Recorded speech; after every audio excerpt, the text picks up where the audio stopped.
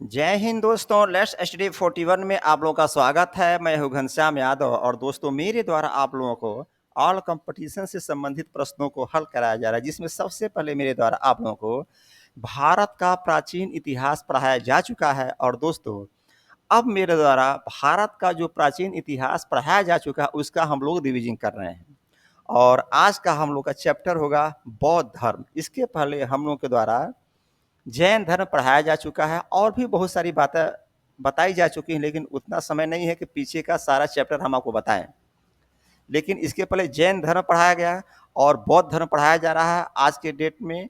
इसके पहले बौद्ध धर्म पार्ट 1 पढ़ा है, आज हम बौद्ध धर्म पार्ट 2 पढ़ा रहे हैं। तो दोस्तों आइए देखते हैं कि बौद्ध धर्म आज भाग 2 में कौन कौन से क्वेश्चन आते हैं रिविजन का। तो दोस्तों सबसे पहले प्रश्न बन रहा है, गौतम बुद्ध के प्रथम गुरु कौन थे? तो मैंने आपको बताया था गौतम बुद्ध के प्रथम गुरु अलार कलाम थे। कौन थे? अलार कलाम। देखेंगे आप यहाँ पर अलार कलाम जो गुरु हैं उनका पिक लगा हुआ है और यहाँ पर भगवान बुद्ध यानी गौतम बुद्ध बैठे हुए हैं। तो गौतम बुद्ध के प्रथम गुरु कौन थे?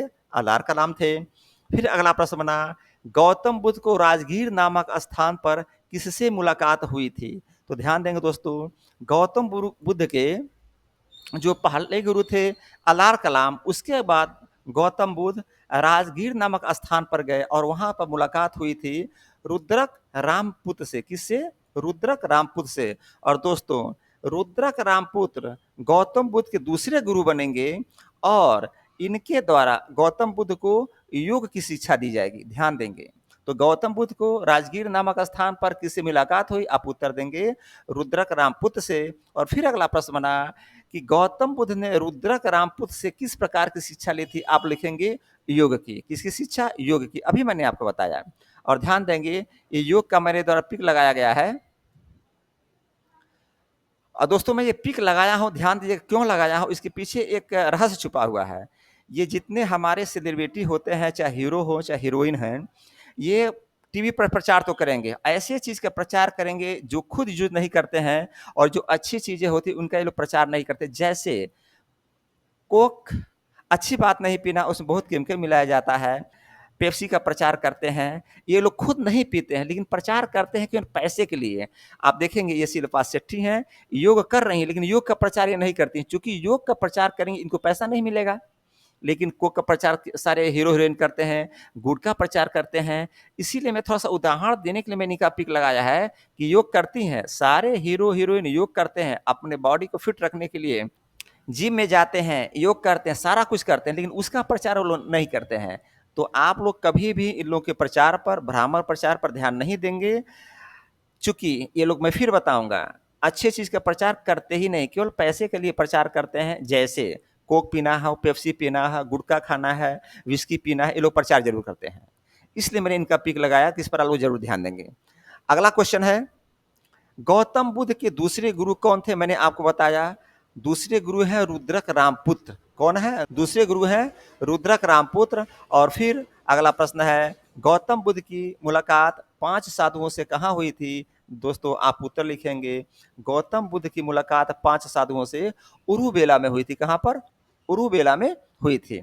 फिर अगला प्रश्न है, गौतम बुद्ध को कितने वर्ष के कठोर तप के बाद ज्ञान की प्राप्ति हुई थी? ध्यान दीजिएगा, गौतम बुद्ध 6 वर्ष का जब कठोर तप किए थे उसके बाद ज्ञान की प्राप्ति हुई थी। लेकिन दोस्तों मैंने महावीर स्वामी के बारे में बताया था कि महावीर स्वामी जब 12 वर्ष का कठोर तप किए थे तब ज्ञान की प्राप्ति हुई थी।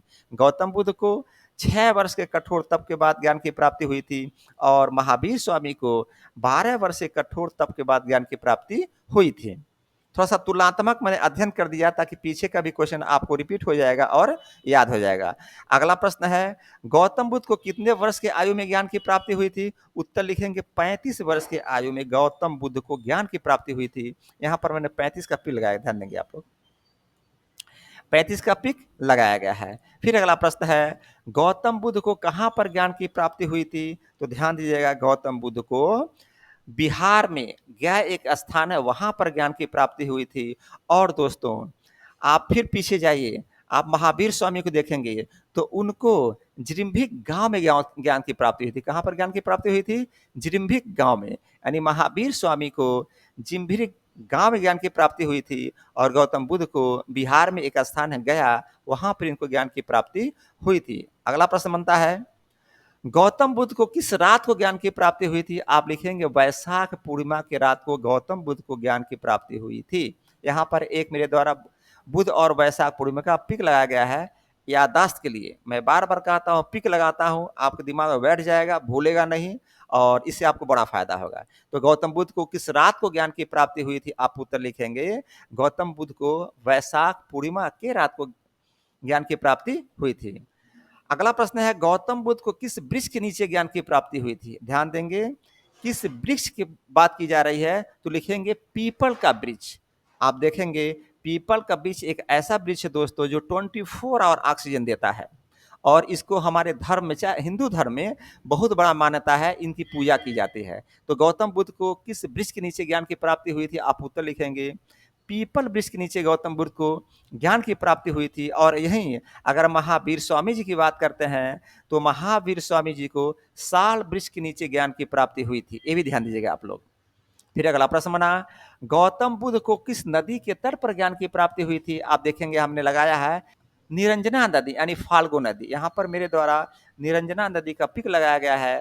प्रश्न आएगा गौतम बुद्ध को किस नदी के तट पर ज्ञान की प्राप्ति हुई थी? आप उत्तर लिखेंगे निरंजना नदी या फाल्गु नदी। और दोस्तों यही बात अगर हम पीछे आते देखते हैं महावीर स्वामी के बारे में, तो महावीर स्वामी जी को ऋजुपालिका नदी के तट पर ज्ञान की प्राप्ति हुई थी। फिर अगला प्रश्न आया, ज्ञान प्राप्त के बाद सिद्धार्थ को क्या कहा गया? तो भगवान बुद्ध कहा गया। ज्ञान प्राप्त के बाद सिद्धार्थ को क्या कहा गया? मैंने आपको बताया भगवान बुद्ध का बचपन का नाम सिद्धार्थ था, लेकिन जब ज्ञान की प्राप्ति हो गई तो उनको भगवान बुद्ध कहा जाने लगा। और इसी तरह जब महावीर स्वामी जी को ज्ञान की प्राप्ति हो गई थी तो कैवल्य यानी कि ज्ञान प्राप्ति के बाद कैवल्य कहा जाने लगा महावीर स्वामी जी को। फिर अगला प्रश्न बना, गौतम बुद्ध ने उपदेश किस भाषा में दिया था? गौतम बुद्ध ने जो उपदेश दिया था किस भाषा में दिया था? आप उत्तर लिखेंगे पाली भाषा में। आप देखेंगे यहाँ पाली भाषा का मेरे द्वारा एक पिक लगाया गया है। और दोस्तों महावीर स्वामी के द्वारा जब उपदेश दिया गया था तो प्राकृत भाषा में दिया गया था। गौतम बुद्ध के द्वारा पाली भाषा में उपदेश दिया जा रहा है और महावीर स्वामी के द्वारा प्राकृत भाषा में उपदेश दिया गया था। फिर अगला प्रश्न आया, गौतम बुद्ध ने अपना पहला उपदेश कहाँ दिया था? तो सारनाथ में दिया था। और दोस्तों सारनाथ में एक जगह है ऋषिपत्तनम। तो गौतम बुद्ध ने अपना पहला उपदेश ऋषिपत्तनम में दिया था और ये कहाँ पड़ता है? सारनाथ में पड़ता है। और दोस्तों अगर महावीर स्वामी जी की बात करते हैं तो वे कहाँ उपदेश दिए थे? राजगृह में, जो कि बिहार में पड़ता है। महावीर स्वामी ने जो अपना पहला उपदेश दिया था वो बिहार में एक स्थान है राजगृह, वहां पर ये पहला उपदेश दिए थे। कौन? महावीर स्वामी जी के द्वारा। अगला प्रश्न आया, गौतम बुद्ध के पहले उपदेश को क्या कहते हैं? तो गौतम बुद्ध के पहले उपदेश को धर्म चक्र परिवर्तन कहते हैं। ध्यान दीजिएगा, जो गौतम बुद्ध के द्वारा पहला उपदेश दिया गया था उस उपदेश को धर्म चक्र परिवर्तन कहते हैं। और प्रश्न भी बन रहा है गौतम बुद्ध के पहले उपदेश को क्या कहते हैं? आप उत्तर लिखेंगे धर्म चक्र परिवर्तन। यहाँ देखेंगे मेरे द्वारा एक चक्र का पिक लगाया गया है, पहिया घूमता है, परिवर्तन यानी कि पहिया घूमता है तो परिवर्तन होता है, इसीलिए मैंने इसका पिक लगाया है। ये सिंबल है परिवर्तन का, ये एक सिंबल है, तो धर्म चक्र परिवर्तन कहते हैं। अगला प्रश्न बना, गौतम बुद्ध में अपना सबसे ज्यादा उपदेश कहाँ दिया था? आप उत्तर देंगे गौतम बुद्ध के द्वारा अपना सबसे अधिक उपदेश, सबसे ज्यादा उपदेश श्रावस्ती में दिया गया था। तो दोस्तों यहाँ पर देखेंगे आप लोग श्रावस्ती का मेरे द्वारा एक पिक लगाया गया है। और फिर अगला प्रश्न बना, गौतम बुद्ध के प्रथम अनुयायी कौन थे? आप उत्तर देंगे तपस्वी या कालिक। कौन थे? गौतम बुद्ध के प्रथम अनुयायी तपस्वी थे और कालिक थे। और महावीर स्वामी के प्रथम अनुयायी पूछेगा लिखने के लिए तो आप लिखेंगे जमाली थे। और जमाली कौन थे? महावीर स्वामी के दामाद ही थे। तो महावीर स्वामी के प्रथम अनुयायी जमाली थे जो कि उनके दामाद थे। लेकिन यहाँ पर गौतम बुद्ध के प्रथम अनुयायी कौन थे? आप लिखेंगे तपस्वी या कालिक थे। फिर अगला प्रश्न आया, वह कौन से राजा थे जो गौतम बुद्ध के अनुयायी थे? तो दोस्तों गौतम बुद्ध के अनुयायी में बिंबिसार का नाम आता है, प्रसेनजीत का नाम आता है और उदयन का नाम आता है। प्रश्न आएगा वह कौन से राजा थे जो गौतम बुद्ध के अनुयायी थे? आप लिखेंगे बिंबिसार, प्रसेनजीत और उदयन। अगला प्रश्न बना, गौतम बुद्ध की मृत्यु कब हो गई थी? लिखेंगे 483 ईसा पूर्व में उनकी मृत्यु हो गई थी, यानी 483 बीसी में गौतम बुद्ध की मृत्यु हो गई थी। और महावीर स्वामी की अगर बात करते हैं तो उनकी मृत्यु हुई थी 468 बीसी में, यानी 468 ईसा पूर्व में महावीर स्वामी जी का मृत्यु हुआ था और गौतम बुद्ध का मृत्यु 483 ईसा पूर्व में हो गया था। फिर अगला प्रश्न आया, गौतम बुद्ध की मृत्यु के समय इनकी आयु कितनी थी? लिखेंगे 80 वर्ष। कितना? 80 वर्ष। लेकिन यही पूछता है कि महावीर स्वामी जी की जब मृत्यु हुई थी तो उनकी आयु कितनी थी? आप उत्तर लिखेंगे 72 वर्ष, यानी कि 72 वर्ष। गौतम बुद्ध की मृत्यु हुई तो इनकी आयु थी 80 वर्ष और महावीर स्वामी जी की जब मृत्यु हुई थी तो उनकी आयु कितनी थी? 72 वर्ष की थी। तो दोस्तों आज का रिवीजन का चैप्टर यहीं पर समाप्त होता है और फिर कहूँगा जब भी मेरे द्वारा रिवीजन का चैप्टर आप लोगों को पढ़ाया जा रहा है तो दोस्तों आप डिस्क्रिप्शन में जाएंगे और आपको डिस्क्रिप्शन में एक लिंक मिलेगा।